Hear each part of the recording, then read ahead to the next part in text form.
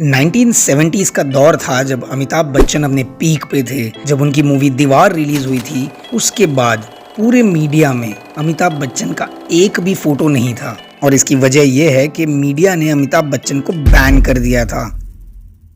और आप मानेंगे नहीं कि 15 साल तक अमिताभ बच्चन को पूरे मीडिया ने बैन कर दिया था। कोई उनके बारे में ना लिखता था, ना कोई फोटो छापता था। और बात यहाँ तक आ गई थी कि अगर किसी फिल्म के क्रेडिट्स देने होते थे जहाँ पे एक्टर्स के नाम लिखे जाते थे, तो वहाँ पे अमिताभ बच्चन का नाम ना लिख के वो एक कॉमा डाल दिया करते थे। तो भाई अब यहाँ सवाल ये आता है कि ऐसी तो क्या बात हो गई कि सदी के महानायक अमिताभ बच्चन से मीडिया इतना नाराज हो गई कि उन्होंने 15 साल तक उनको बैन रखा। तो भैया एक इंटरव्यू में अमिताभ बच्चन ने खुद ही बताया इस बैन के बारे में। ये आप सुनिए, उसके बाद आप हमारी बात सुनिएगा।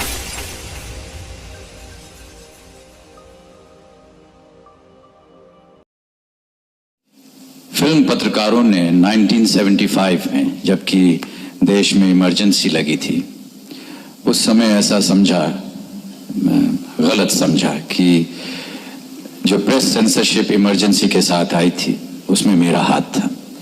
उन्होंने कहा कि ये आदमी जो है ये इंदिरा गांधी जी का मित्र है, और क्योंकि प्रेस सेंसरशिप इमरजेंसी की वजह से लगी है, इसमें इसका भी हाथ है, और इसलिए हमें अमिताभ बच्चन को बैन कर देना चाहिए। तो उन्होंने मेरे बारे में लिखना बंद कर दिया, मेरी तस्वीरें छापना बंद कर दिया। यहाँ तक कि ऑफिशियली अगर किसी फिल्म की स्टार कास्ट लिखनी होती थी और अगर उस स्टार कास्ट में मेरा नाम होता था तो मेरे नाम की जगह एक कॉमा लगा दिया जाता था। और मुझे ऐसा लगा कि अगर प्रेस को ये छूट है कि वो मुझे बैन कर सकता है, तो मुझे भी छूट होनी चाहिए कि मैं उन्हें बैन कर दूं। और यही वजह थी कि जब मेरी कभी शूटिंग होती थी या पत्रकार मुझसे मिलना चाहते थे तो मैंने इनकार किया उनसे मिलने के। ये सिलसिला कुछ 15 साल चला। तो भैया हम जान तो गए हैं कि रीजन क्या है कि बच्चन साहब को मीडिया ने बैन कर दिया था, पर उसके बाद क्या हुआ, ये कैसे सुलह हुई, वो भी एक बहुत इंटरेस्टिंग कहानी है और वहां से हम कुछ सीख सकते हैं। अब मीडिया वर्सेस अमिताभ बच्चन की कहानी वहां चेंज हुई जब वो राजनीति में आए। ये भी बच्चन साहब से सुनिए आप कि कैसे उनकी सुलह हुई।